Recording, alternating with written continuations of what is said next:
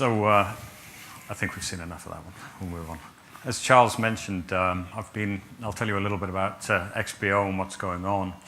But we are a global supply chain and logistics company. There's quite a lot of information on the slide there. There's some pretty interesting numbers there. But we have different lines of business from LTL, freight forwarding, contract logistics, brokerage, intermodal, expedited freight, and last mile now. So there's a good chance that if you're ordering something online that's over 50 pounds in weight, it's being delivered by us all the way into your home, even installed.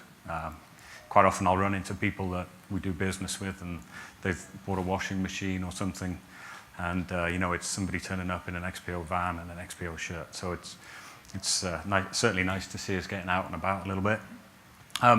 We're the fastest growing Fortune 500 company last year, actually a Fortune 200 company today. You'll see us out on the road a little bit more. We've got approximately 10,000 intermodal containers on the rails, around 47,000 trucks out on the road. One of the newest fleets in Europe. We have a large footprint in Europe. About 40% of the business is over there. All new trucks, energy friendly, all the right stuff going on. So XPO, as it is today, roughly started 2011. That's when things really started growing, evolving. At that time, I joined around 4.5 years ago, and we were about a $15 billion company. $15 million company, and we've grown and grown and grown, and today we're a $15 billion company. So that's a lot of change, obviously, to go through that kind of growth. Change is constant at XPO. I've been involved with 17 acquisitions since I've been there. Lots and lots of data migrations, a lot going on in the environment. Back in 2011, we had 1.5 racks in a data center in Charlotte, and that was what I was responsible for when I got there. And it's changed a little bit now. We have several hundred data centers all over Europe and quite a few in the US. A lot of consolidation going on. But one data center in Portland, Oregon, thanks to a recent acquisition, and it's the size of a football field. So it's a game changer, and it's all happened in a very short space of time. Okay, so our infrastructure challenges, as I mentioned, as a company, we move very, very fast, and we need to be agile, and we need to be fast, very flexible. Things do change very quickly, as Charles noted. The migrations that we've done since we've done the acquisitions have really helped us build the teams. A lot of P2V work going on so that we could use tools like Zerto to get those migrations done and get them into our known good data centers. Very fast moving, so when we acquire these guys, the data centers are they're not tier 3 data centers. We were mentioning earlier on in the keynote about mom and pop shops, and we do run into that from time to time. We don't always know what we're getting into, so it's very aggressive timelines to get them into our own data centers, where we feel a lot. Well, we built our own data centers. It's our infrastructure, so we feel more confident. Some of the other challenges that we've run into, obviously, so many acquisitions, lots and lots of different hardware out there. So we've pretty much got every type of storage somewhere in the environment that's out there. We weren't able to rely on SAN-based replication. We were using that in the beginning, doing a lot of SRM, but it just didn't allow us to operate at XPO speed. You'll hear me mention XPO speed from time to time, and just as a little bit of an example of that, we're rolling out a new network for one of the acquisitions. We started this in November last year, 360 sites, and we've got less than 10 sites left to roll out. So that's the pace that the business moves at. A lot of companies spend time thinking in terms of weeks or months, and for us, it's really what can we do by Tuesday. So it's been a journey. So the challenges that we're up against, the same as pretty much everybody else. It's just maintaining uptime, rapid growth, growing the business. In the early days, if we needed to reboot a server or there was some maintenance going on, it was easier to get a window, but now that we're such a large company, everything is 24/7, and this is why we're looking for, part of our solutions to our challenges. Okay, so why we chose Zerto. So in the early days, the way that we migrated out of data centers is what we call the town and country method. And that literally is going to Avis, renting a town and country, and putting some hardware in the back and driving it from data center to data center. I think one of the ones that we had the most fun with was moving out of a data center in Toronto, moving into our data center in Chicago. So there was me and another guy. We flew in, drove to the data center early in the morning, took down our environment over the weekend, piled it into the back of a town and country, and then drove to Chicago as fast as we could, which sounds a little bit of a challenge as it is. The hardware in the back of the car did contain our EDI solution, so while we were in the car, we had no EDI solution. Not the best place to be, and we did hit a lot of potholes on the way. So Steve, who was doing the job with me, started around halfway to Chicago. He said, do you think the hard drives will be okay? Right, and what are you going to do, right? So getting across the border was an interesting challenge as well. You can probably tell I'm not from here. I had recently become an American citizen when we were moving all this hardware in the back of a rented car. We had some paperwork. It takes a lot of paperwork to move firewalls across the border. And also, I didn't have my American passport yet. I had a photo of it. And my UK passport no longer had a green card. So we got across the border, but that's why we needed a new solution. Right? So I'm going to hand over to Wes a little bit here, so he can talk a little bit more to why Zerto, because he actually found it for us. Yeah, thank you. So as you can tell, the town and country method, it's not what we would call reliable. It's not what we would call something that you can absolutely depend on.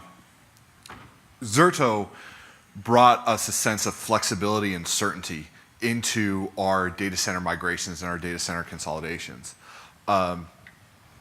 In getting out there in the field, we didn't know what we'd be getting. So our existing array-based replication, having to depend on that was suspect at most. And then putting disks into the back of a car is never really a solution that you want to get into. And to that point, one data center that we consolidated later on, after we found Zerto and after we migrated with Zerto, we contracted with the hardware vendor. They spun down the entire array according to their best practices, their procedures and everything. They shipped it according to their best practices and their procedures. And when that array came up in Charlotte, after having been moved from San Jose, there was nothing but problems. We could not depend on that array. We could not rely on that array, just due to the fact that it had been through so much already. So we needed a better solution. Kind of got ahead of myself there with the array story, but the solution that we needed to be easily deployed. It needed to be reliable, and it needed to be something that we could test with ahead of time without impacting the current production. I went out, I did some searching, and I found Zerto. This was around late 2012, early 2013. Just had been named Best in Show at VM World, I think it is. And it was something that I looked at as a complete and absolute game changer for XPO. Went to Gareth, I said, hey, I think we really need to look at this solution. And so we went in there and we looked at it, and it was just the light bulb went in over our heads, and we said, hey, it doesn't matter where we're going or what we're doing or who we're acquiring. As long as we have a simple VPN connection, we can literally migrate data out of some guy's basement if we happen to find that that's where data is stored. And sure enough, a few years later, that's where it's stored. And the permafrost was melting and there was flooding or something along those lines.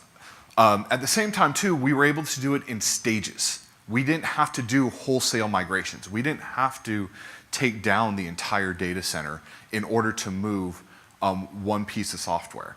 What we were able to do then is we were able to leverage Zerto to break out the applications that we had into chunks and do planned migrations of applications. So weekend one, we would migrate apps A, B, and C, and we would do the migration, UAT would go, it would come back up, and we'd be down for the 90-minute window that we thought. 10 minutes to failover with Zerto, get UAT in there for an hour, everything goes well, great, okay, bring it back up. And so, best case 70 minutes. Sometimes we might have to work through a networking issue or something that we didn't see beforehand, but we were up and running.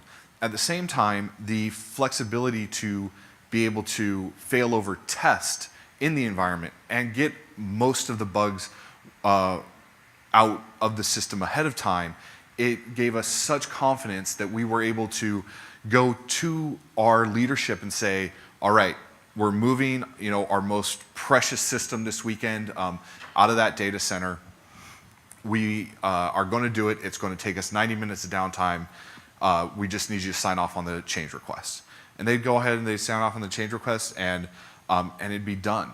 So as we are moving, we're not just, and as you've heard, 17 acquisitions in 4 years-ish is almost an acquisition a quarter.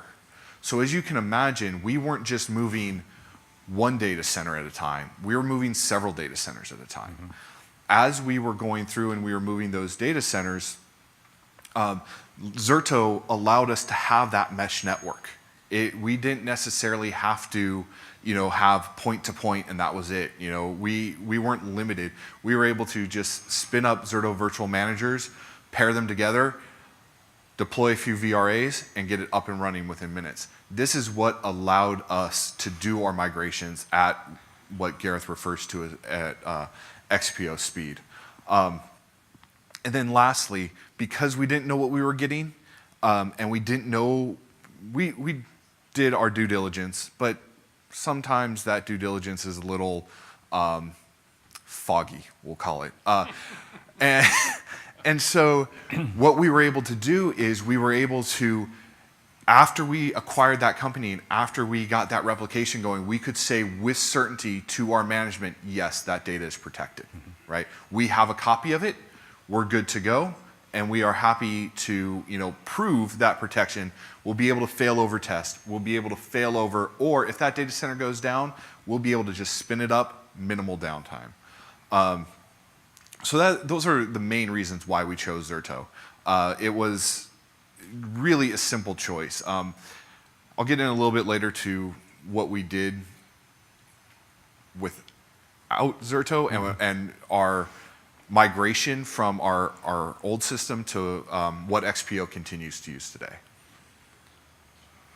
So back to Mr. Gareth. Thank you, Wes. Can I have Yep. one thing real quick is that on top of all these acquisitions that were happening, I'm probably not supposed to say this, so Gareth would be upset, but I would say that XPO is very focused on the cost of products. So they were operating under a very tight ceiling. So imagine that very fast and ferocious from the number of acquisitions. So you didn't have the ability to say, great, we're going to plan this out for 3 months and execute and so on and so forth, because they had to move quickly because the next acquisition was coming. And doing this all with a relatively small ability to go out and spend money was critical for them. So the ability to take Zerto and rinse and repeat that technology again and again and again, irregardless of what was in that acquiree's infrastructure, was key. So definitely saw that used many, many times. Yeah, to talk to that a little bit more, in the early days, we started with the migration packs, right? Because we just needed a tool to migrate very, very quickly. And we already had what we thought was a good disaster recovery plan, but then we get everybody else's system into running in our own data centers. And we find that the tool that we're using to bring them in there is actually a better tool to continue with BCP and DR. So, we went with the upgrade path and changed our licensing model. But yeah, Charles is right that you don't grow from a $150 million company to a $15 billion company by just spending money on everything that comes out. So, but also the speed, doing multiple migrations at the same time. being able to turn around to the business and let them know how long it's going to take is huge. So, and that's part of the benefits that we're seeing. Obviously, everybody in IT wants to take risk out of the environment, but with this tool, we were able to do testing and convince business partners and other IT guys from the teams that we'd acquired that we were taking their systems that they had babied over the years, and they could get involved with the migrations as well, see how it was going to work. So that was huge for us. It allowed me to focus on building the team rather than building servers, which was huge for us. And as Wes mentioned, getting out of the forklift move mentality where you don't have all your prized possessions in the back of a rented vehicle. We used other tools as well, and but I mean this just allowed us to really go fast. All right, so the evolution of Zerto, I think Wes, you're probably in a better position to talk to this. Yeah. So, like we said, we started out with this as a migration tool, and it was one of those things where it freed up our weekends. Because we were able to do it in the daytime. Should we be allowed to take down that application during the daytime? Or the other thing that we would do is it became a known quantity, right? Like I said earlier, we knew exactly how long this was going to take. We've tested it 3, 4, 5 times before without impacting the business, and we knew exactly what everybody's roles were. We were able to highly script it out, not just from a PowerShell scripting perspective, but from all right, 10 to 10:05, hit Zerto, right? 10:05 to 10:15, make sure everything comes up. 10:15, hand it over to the business, and then the business could script theirs from that point. Or if we were doing something where we had a BGP range that needed to move, we could be doing all of those things in unison to understand exactly what was going on. After we kind of started to really understand Zerto, and it's not up on this slide, but like Gareth said, we wanted to change our model of how we use Zerto, because it was a migration tool for us. It was, okay, we are getting stuff out of the unknown into the known, and now we're going to use array-based replication and SRM. And that's what we were going to do. And I looked at it and I thought to myself, this is really a DR tool, and we need to leverage this for DR. And being, that conscious of where you are spending your money, it was a little bit of we had to convince the people that signed the checks to allow us to spend more money and protect the tier 1 apps, because we already had a solution. That solution, it worked every single time, 60% of the time. And it was unreliable. It was not that solution that, I've actually got a customer today who uses the same solution, and he's transitioning off. But one of the things he said after he purchased Zerto is he said, that old solution, nobody was willing to press the button because they did not want their name associated when it didn't go well, right? And now he says people are actually clamoring to press the button because they know and they have faith in the system. So how I was able to convince the powers that be is I did a side-by-side demo. I took 10 VMs and I protected them using SRM and our array-based replication solution, and then the same 10 VMs, and I used Zerto. And on a WebEx, I said, all right, we're going to start SRM. Here we go. We click the button, say, all right, everything's going. We're doing our orchestration piece where we're talking to the replication engine. Everything's going great, right? Let's go ahead and kick off Zerto. I gave SRM a good 5-minute head start.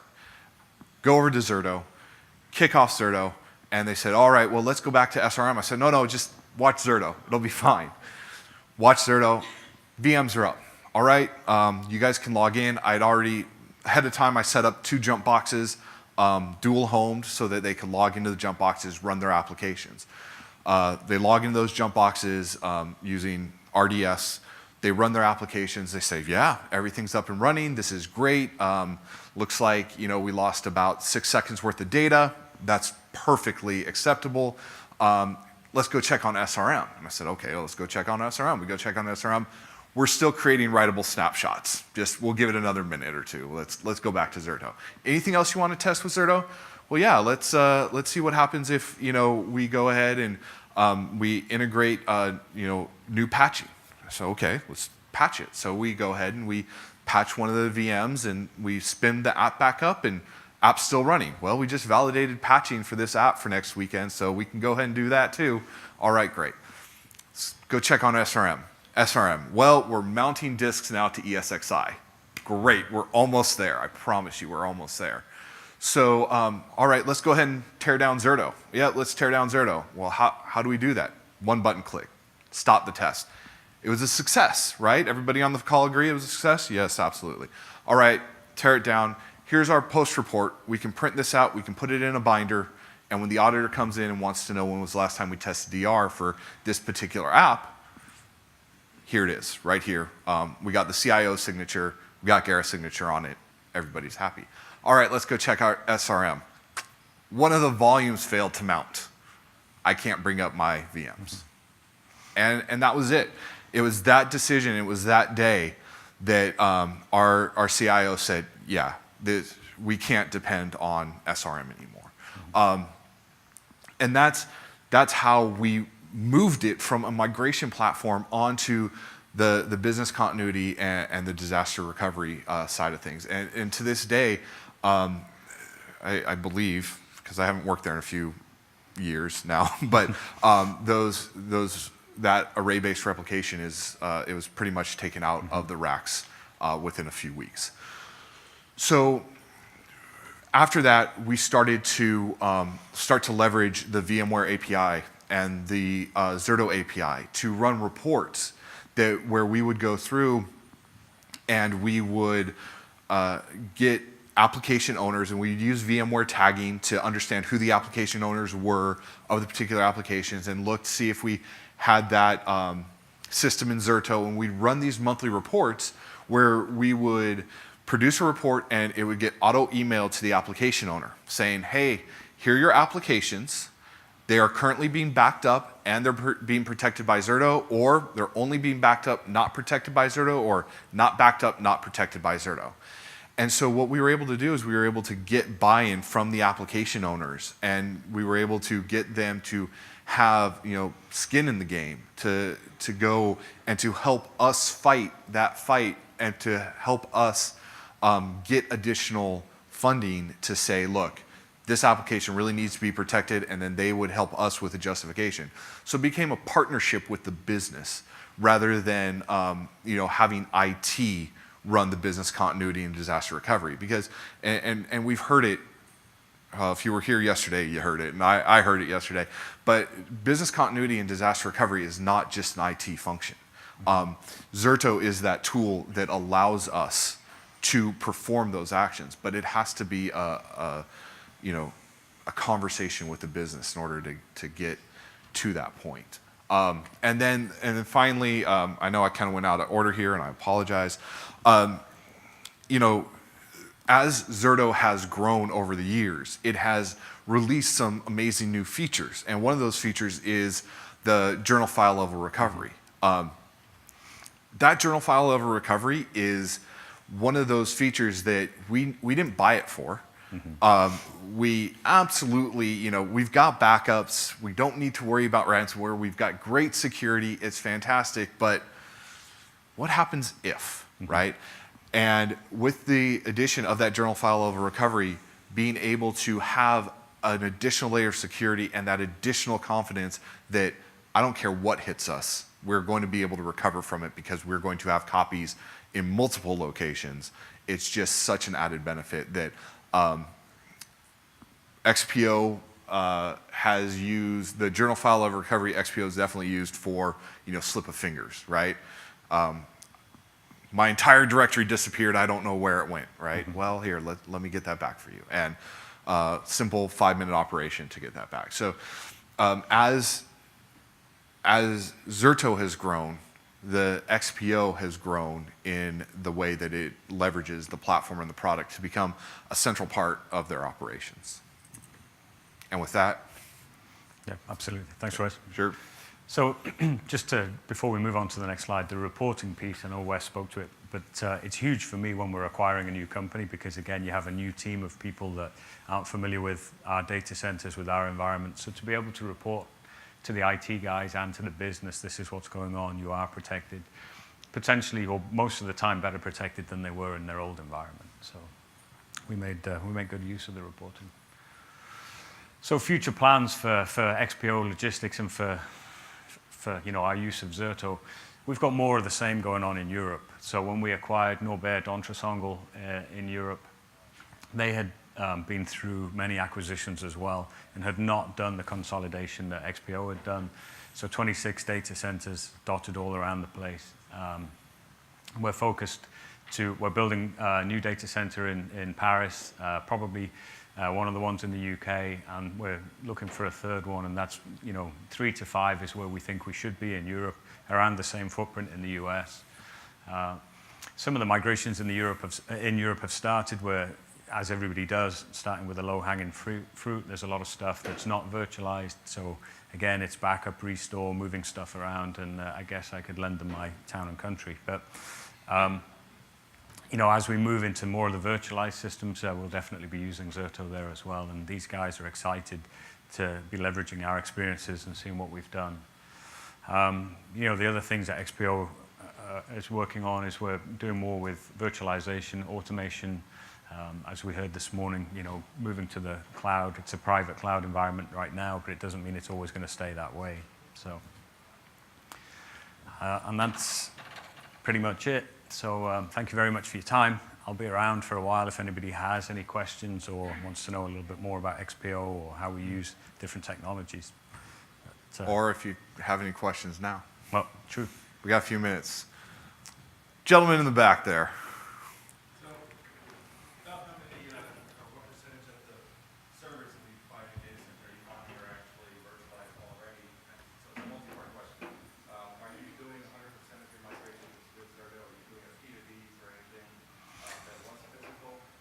And another curiosity, are you using some sort of like a vendor-reverse appliance to maybe handle that P2V temporarily, just easy to port between data center and cloud and that? Yeah, right. So, we were 100% virtualized. We at one time, but things changed so quickly. So the next acquisition would come along, and then we wouldn't be 100% virtualized anymore. As we acquire companies, we definitely try and virtualize as quickly as we can. And now that we need to or like to leverage these tools, quite often we'll have a project spun up very quickly to do some P2Vs. There's some, stuff that goes on in the background. We may have clustered SQL environment is a good example where we'll go in, break the cluster, virtualize one of the boxes, bring it across into a virtual environment, and then we'll use VMware's HA to carry us through. We're also big fans, or I'm a big fan of rebuilding pretty much every server that comes in so that we know more about the environment, right? So quite often we're moving other people's problems. In the early days when we were making small acquisitions, that was easier. But when you're moving 470 servers from San Jose, it's not so easy, right? So and the last question, what was that? I just wondered if you guys were using some sort of a third-party system for temporary deployment of P2V, and then you could port that between different environments. Right. Yeah, not really, not today. When we go in, and if it's an aggressive move, then we just use whatever's available at that time. The San Jose migration was interesting because I pretty much don't know about the acquisitions until it's the day it happens. And then I'm told, hey, we've got 470 servers, you need to move them out. And the contract finishes in 3 months. So you need to be quick about it. The other thing that I want to point out with a question about taking something physical and moving it virtual is that Zerto handles RDMs very well.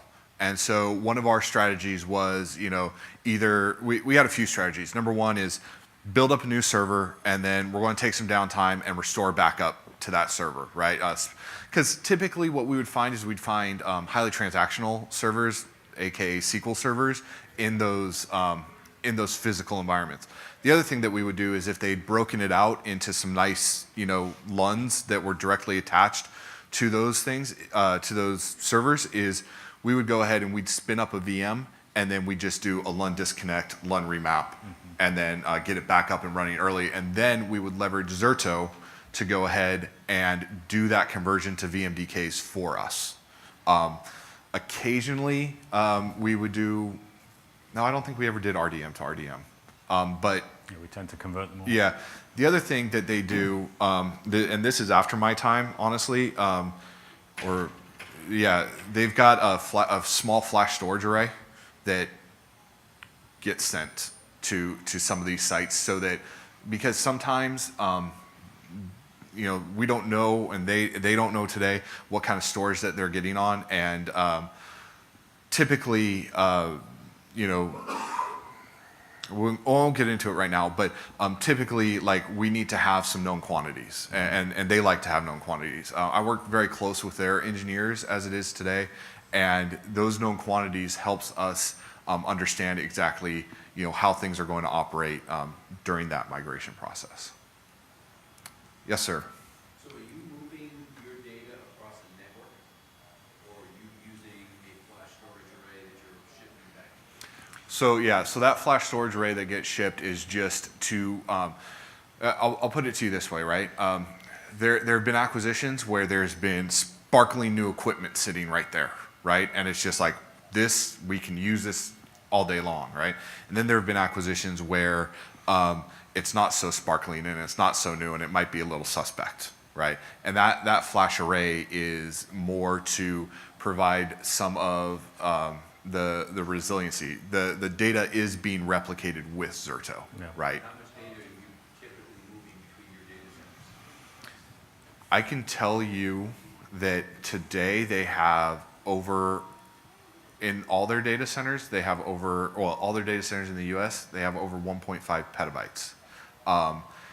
It goes in chunks, right? The two main data centers, there's a 10 gig connection between them, so bandwidth isn't as much of an issue, but getting to the root of the question, what I believe to be the root of the question, there was an acquisition that I was a part of that came out of San Jose, and we did have to up the bandwidth, quite honestly, because it was 25 megs that was shared between all traffic. It was one pipe.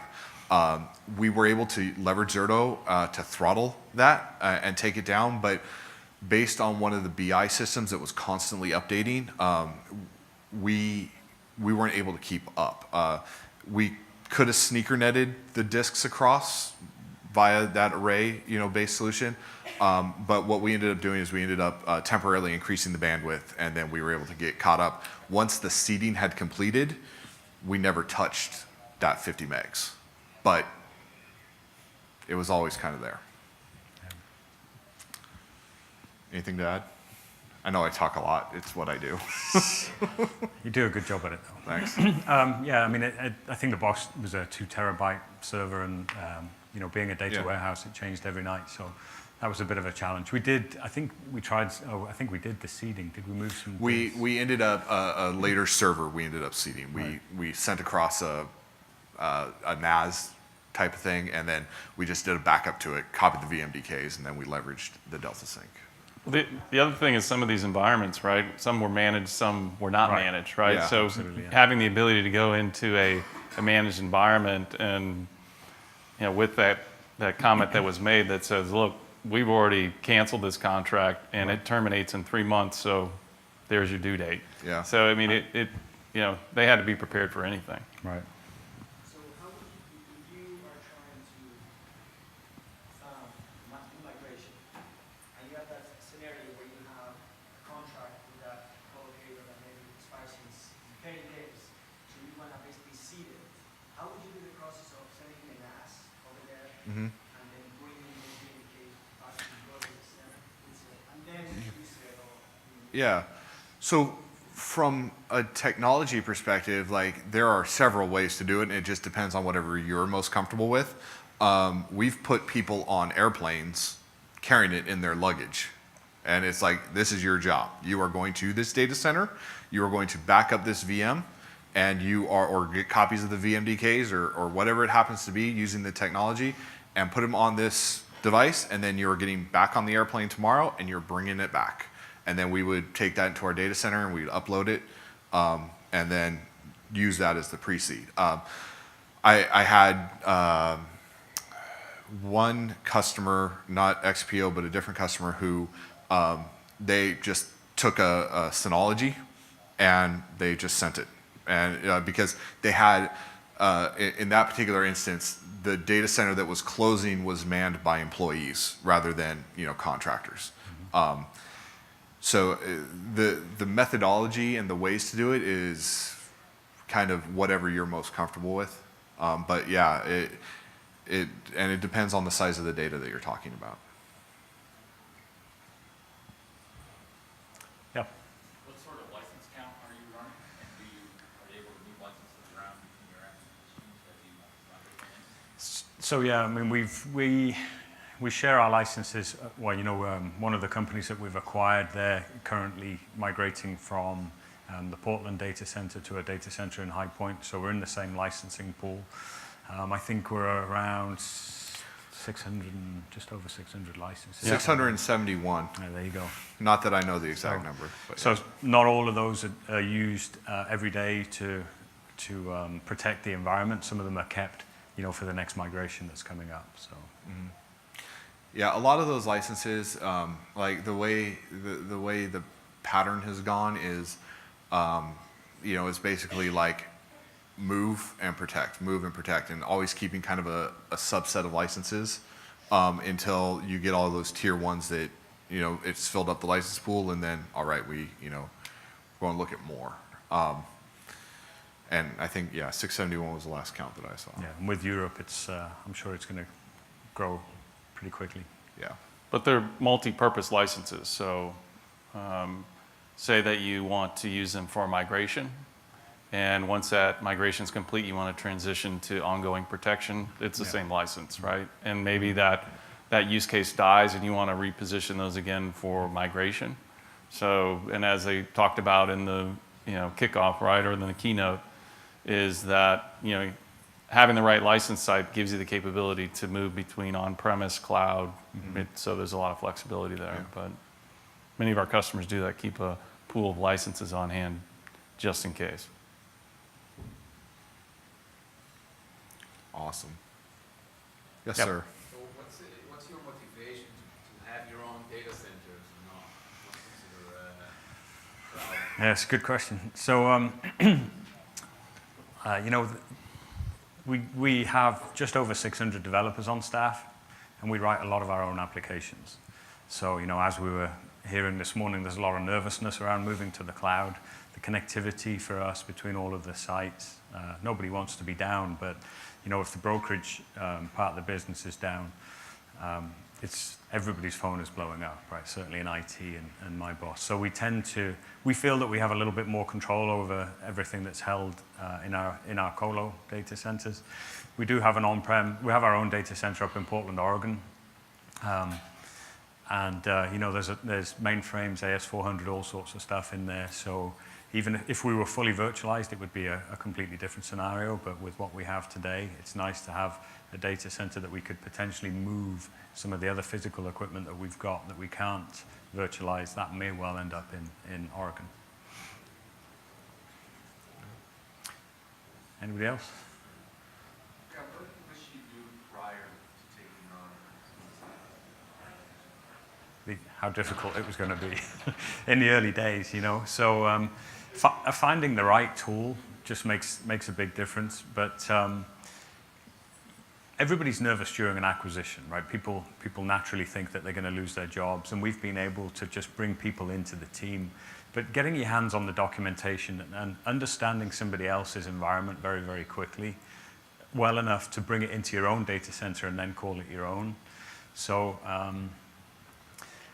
like to spend as much time as I can with the teams of the acquired companies, but to try and do that differently is very, very different. It's difficult to get that time, right? So, good question, though. Thanks. Anybody Awesome. else? Thank Cool. you for your time. Yep, thank you very Yeah, much. thanks everybody. Have a great day.